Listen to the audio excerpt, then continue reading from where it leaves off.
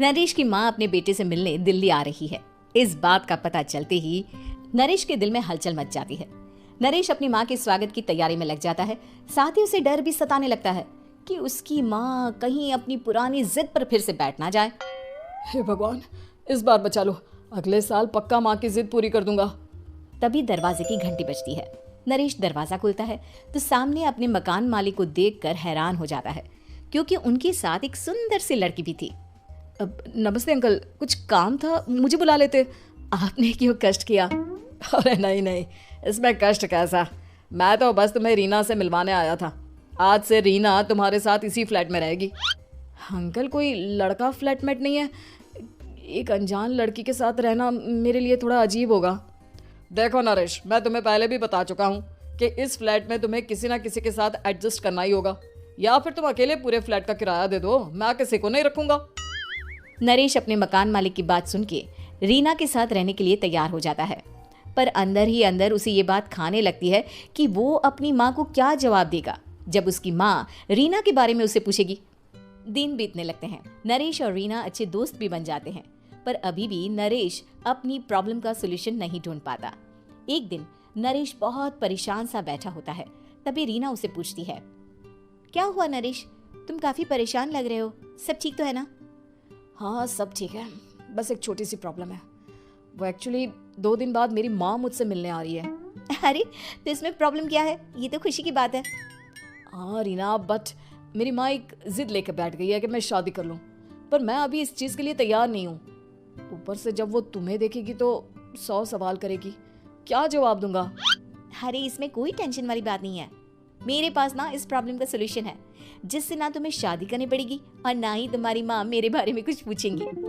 रीना की बात सुनकर नरेश सोच में डूब जाता है। वो सोचता है कि रीना खुले ख्यालों वाली लड़की है, कहीं माँ को सच बता ना दे। नरेश को सोच में डूबा देखकर रीना कहती है, अरे क्या हुआ, किस सोच में पड़ गए? डोंट वरी, जैसा तुम सोच रहे हो ना वैसे कुछ भी नहीं है। मेरे पास एक प्लान है। मैं कुछ समझ नहीं पा रहा हूँ, कैसा प्लान? मैं समझाती हूँ। हम ना एक कॉन्ट्रैक्ट मैरिज कर लेते हैं। फिलहाल मेरे पास जॉब नहीं है, तो तुम इस रूम का किराया दे देना जब तक तुम्हारी माँ यहाँ रहेंगी, सिर्फ तब तक। और तुम अपनी माँ से कह देना कि मैं तुम्हारी पत्नी हूँ, इससे वो मेरे यहाँ रहने पर कोई सवाल भी नहीं करेंगी। अरे बात तुम्हारी ठीक है, पर माँ से झूठ बोलना, ना ना पापा, मैं ये रिस्क नहीं ले सकता। कोई और आइडिया दो ना तुम। देखो मंजूर हो तो बोलो, वरना सच बता दो, मुझे कोई प्रॉब्लम नहीं है। रीना की बात सुनकर नरेश सोच में डूब जाता है। बहुत सोचने के बाद जब उसे कोई रास्ता नहीं मिलता तो वो रीना के बताए हुए रास्ते पर चलने के लिए तैयार हो जाता है। वो रीना से बात करता है और अपनी माँ की पसंद और नापसंद के बारे में बताता है। रीना भी नरेश की सभी बातों को ध्यान से सुनती है, ताकि कहीं उससे कोई गलती ना हो जाए। आखिर वो दिन भी आ जाता है जब नरेश की माँ उससे मिलने दिल्ली आ जाती है। नरेश अपनी माँ को फ्लैट पर लेकर जाता है। जैसे ही नरेश की माँ फ्लैट के अंदर जाती है, रीना उसके पैर छू लेती है। ये देखकर नरेश की माँ थोड़ी घबरा जाती है और नरेश से पूछती है, अरे बेटा नरेश, ये कौन है? माँ, ये आपकी बहू रीना है। माफ़ी चाहता हूँ, सब कुछ इतनी जल्दी में हुआ कि आपको बता ही नहीं पाया, इसलिए सोचा कि क्यों ना आपको सरप्राइज दिया जाए। अरे बेटा, मैं तो बस तेरा घर बसा हुआ देखना चाहती थी। हाँ, बहुत अरमान थे अपनी इकलौती बेटी की शादी को लेकर, लेकिन कोई बात नहीं, शायद किस्मत को यही मंजूर होगा। ये कहते ही नरेश की माँ रीना को गले लगा लेती है। रीना बेटिया, मेरा बेटा ना थोड़ा नादान है, पर तुम काफी समझदार लगती हो, और मैं जानती हूँ कि तुम इसका बहुत अच्छे से ध्यान रखोगी। माँ आप चिंता मत कीजिए, मैं सब संभालूंगी। नरेश की माँ अपने बहू और बेटे के साथ खुशी खुशी रहने लगती है। दिन बीतने लगते हैं। नरेश की माँ और रीना का रिश्ता बहुत मजबूत होता चला जाता है। वो दोनों सारा दिन एक साथ रहती और खूब बातें करती। इधर साथ रहते रहते नरेश और रीना भी एक दूसरे से प्यार करने लगते हैं। दोनों को इस बात का एहसास हो जाता है, फिर भी वो इस बात को छुपा कर ही रखते हैं।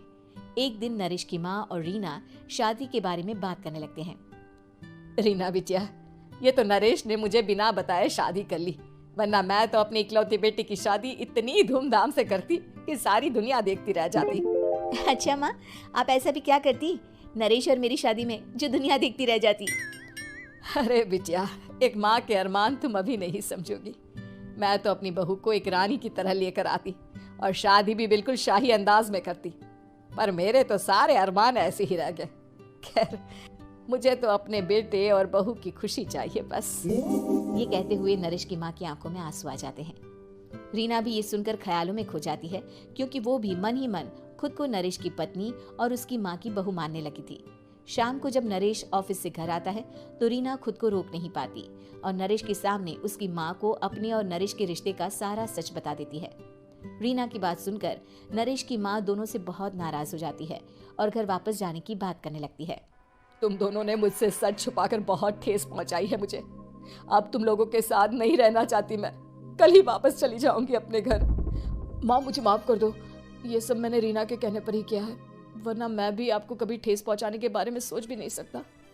हाँ माँ, हमने ये सिर्फ आपका दिल रखने के लिए किया। प्लीज हम दोनों को माफ कर दीजिए। तुम दोनों ने मेरे अरमानों के साथ खिलवाड़ किया है, और वैसे भी मुझे अपने बेटे के लिए एक अच्छी लड़की ढूंढनी है, इसलिए मेरा यहाँ से जाना ही बेहतर होगा। माँ की ये बात सुनकर रीना खुद को रोक नहीं पाती।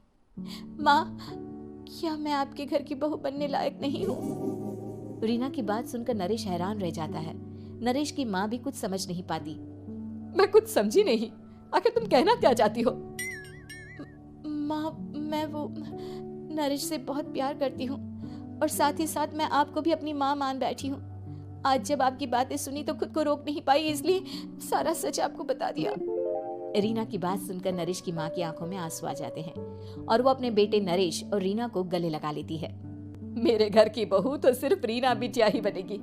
मैं आज ही तुम दोनों की शादी की तारीख निकलवा दूंगी, बस एक बार तुम्हारे घर वाले मान जाए। उसी दिन रीना के माता पिता भी उनके फ्लैट पर आ जाते हैं। दोनों परिवार आपस में बैठकर बातें करते हैं और शादी के लिए राजी हो जाते हैं। रीना भी कॉन्ट्रैक्ट फाड़ देती है और कहती है, सही मायने में मैं अब बहू बनूंगी। अब तक तो सिर्फ कॉन्ट्रैक्ट वाली बहू थी।